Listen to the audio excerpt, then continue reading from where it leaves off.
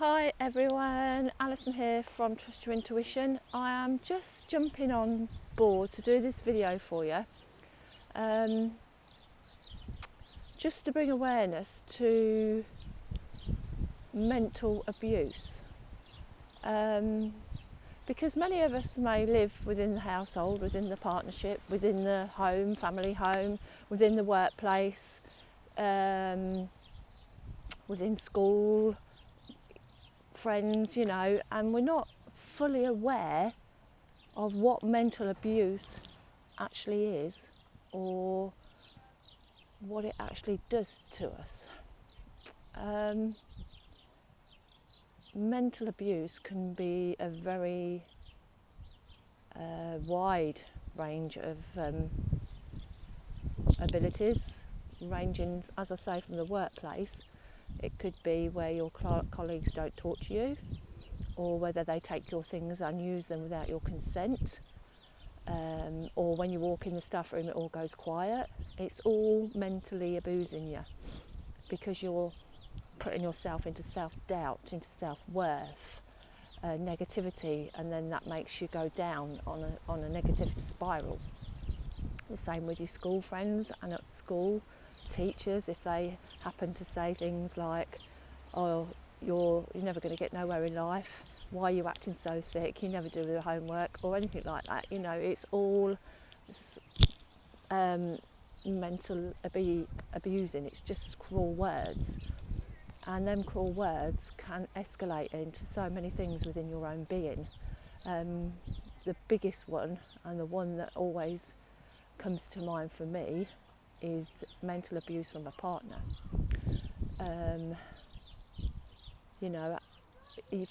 Have you ever wondered why, or have you ever been on the end of emotional abuse and you don't really know that you have, because you think it's the everyday life, you think that is what must happen in a relationship, you think that is acceptable to be spoken to that way.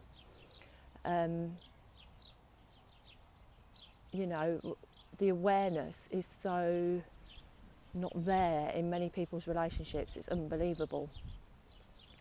For instance, how can I give you an example? Say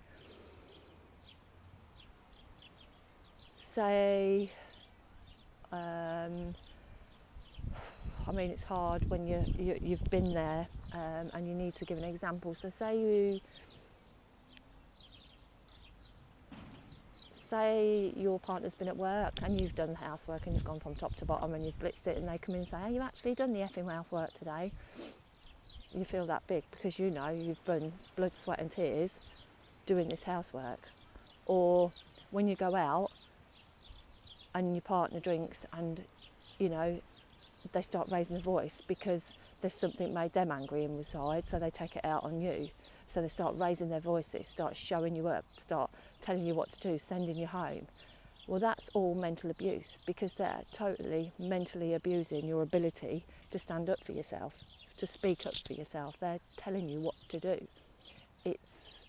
And after a while you believe that that's right. You believe that person that's telling you that. You start to second think, you start to second guess your ability. You start to think, well, I must be doing something wrong, otherwise why would this person, of all the years that I've given my relationship, time, work, hard, sweat, tears, children with, why would they actually treat me this way? So you start thinking, what have I actually done wrong? Am I not doing the housework right? Am I not cooking his tea the way he wants it? Am I not being that dutiful wife that should be there at every tip and turn, doing what he wants when he wants? And you start to second guess yourself, and then you lose the feeling of ability, of self-worth. You start to feel like, oh God, I must be doing it wrong. What am I doing wrong? So then you start beating yourself up about what you're doing wrong, and then that escalates into not looking after yourself, and feeling ugly, fat, not worthy, and all you ever hear is the constant bicker. You shouldn't be eating that because you're going to put weight on.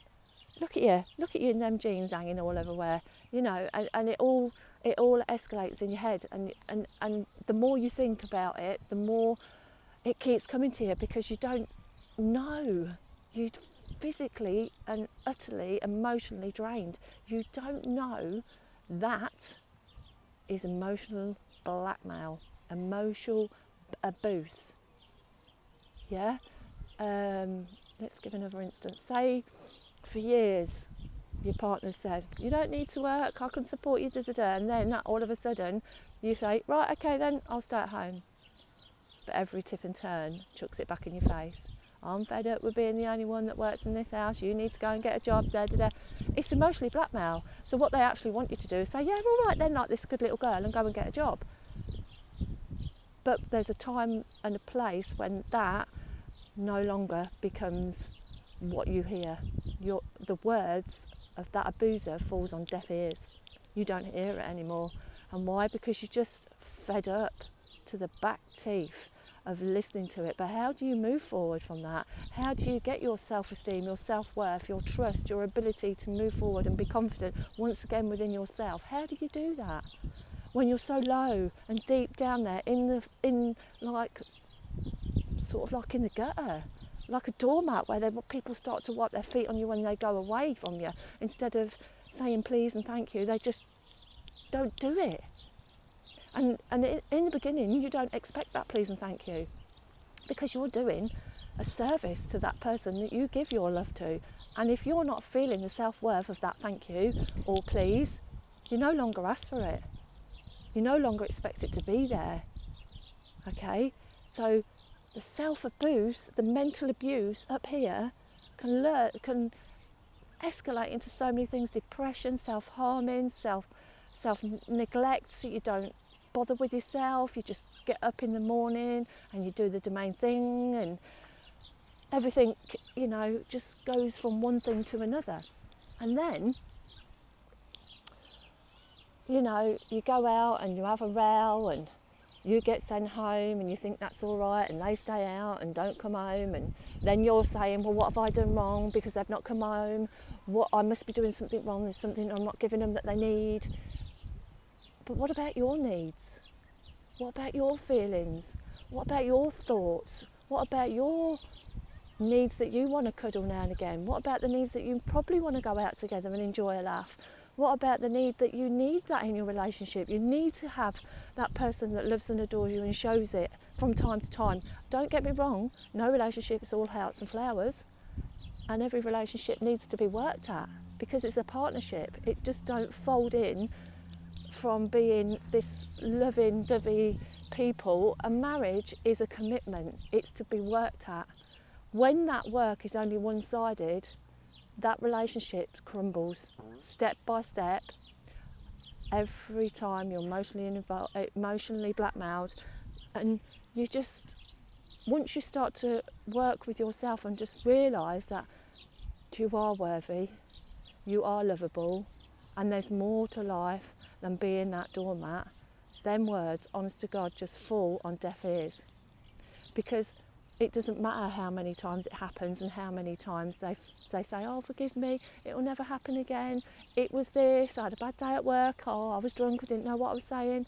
It doesn't matter, because every time them words come of an apology, with every single one, it gets less meaning.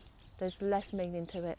And in the end, you just expect them words to come flowing out after an argument, after that abusive self-chitter that he's give you, or she's give you, or whatever, partners, school, or whatever, teachers, you know, work colleagues, whoever gives you it. You just don't, what's the word? It just falls on deaf ears. You just don't believe a single word that comes out their mouth, because you live from happy times, then you're up here because they're all good and you're all back together and everything's all right, and that's that person you want them to be. And then after a while, because they've got no self-worth for themselves, they don't love what they've turned out to be like, and then no way on this earth are they ever going to try and evaluate their life or their meaning of life, because they just don't want to. because they're so stuck in their ways. When they're like that, it reflects out onto you, and while you're not realising that it is actual mental abuse and letting it go on and keep going on and on and on, before you know it, your years are gone. You know, you blame yourself for putting your children through it, you blame yourself for putting yourself through it at school, you blame yourself for staying in that job that you don't really like, but you think it's a pay packet at the end of the month, and when you get that pay packet, it's gone. Yeah? It's gone. You go out and you fill yourself with something that you don't really need to buy, but you buy it because it makes you feel happy just at that moment. But then it's gone. Yeah, but it's the self-worth. You feel worthy of that. And so you should. You work hard for it. But why buy the material things when they're just going to go in the cupboard, when you don't want to work deep within yourself, to connect to yourself and feel alive again? You know, feel them emotions that you had when you was a child. Feel loved, you know, because every cloud has a silver lining, and when that day comes that every word that person says to you falls on deaf ears because all of the false pretenses that he's given you, all the false things that they've said at work that will change, all the teachers that you've had, mum and dad's had a word with, and they say, oh, it won't happen again, I didn't realise. You know, unless you find your inner guidance and your self-worth, mental abuse is one of the hardest things to see. Why? Because it's no bruising, there's no signal signs. You know, when you are feeling or are in the middle of this sort of thing, you go out, you stand tall, you be the wife, you be the mother, you be the student, you be the employee, but inside you're crumbled. Inside you're thinking, oh, it's all right now, you know, he didn't mean it, they didn't mean it, everything's going to be all right. Well, it is for a little while, but then it's just going to go back down because you've got no self-worth within yourself, yeah? Because you're actually waiting for it to happen, because you know it will. Deep down in your heart, you know it will. Whether it be a week, 2 weeks, 6 months, a year. And then when it does, you think, oh, that's another year I've wasted. That's another 6 months of my life I've wasted, because living on false pretenses, living on them false hopes. Yeah, and before you know it, we are only on this earth plane once. Yeah, when we pass away, we get reborn, and we live the life that we live with the angels and heaven and in the spirit world. And I generally do believe we do reincarnate.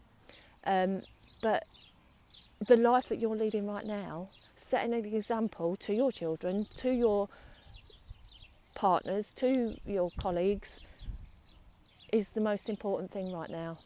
To be mentally abused and not realise that that is actually what you are going through because they are your loving partner. You've given your life to them. You've spared them your children, obviously with them. You know, you've committed and you've wanted it to work. But I want you to ask yourself,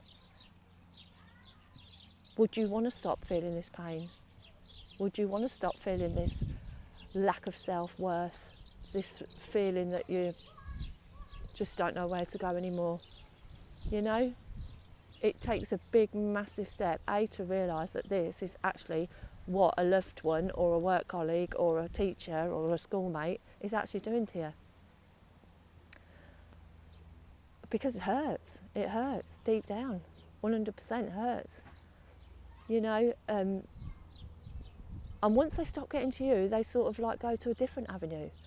So they'll probably go to your friends and start saying, oh, they've said this, or they're not doing this and they're not doing that. Or say your partner, they'll probably go to the children, well, there was nothing there for me to eat. The house is always a mess. She don't never do this, she don't never do that.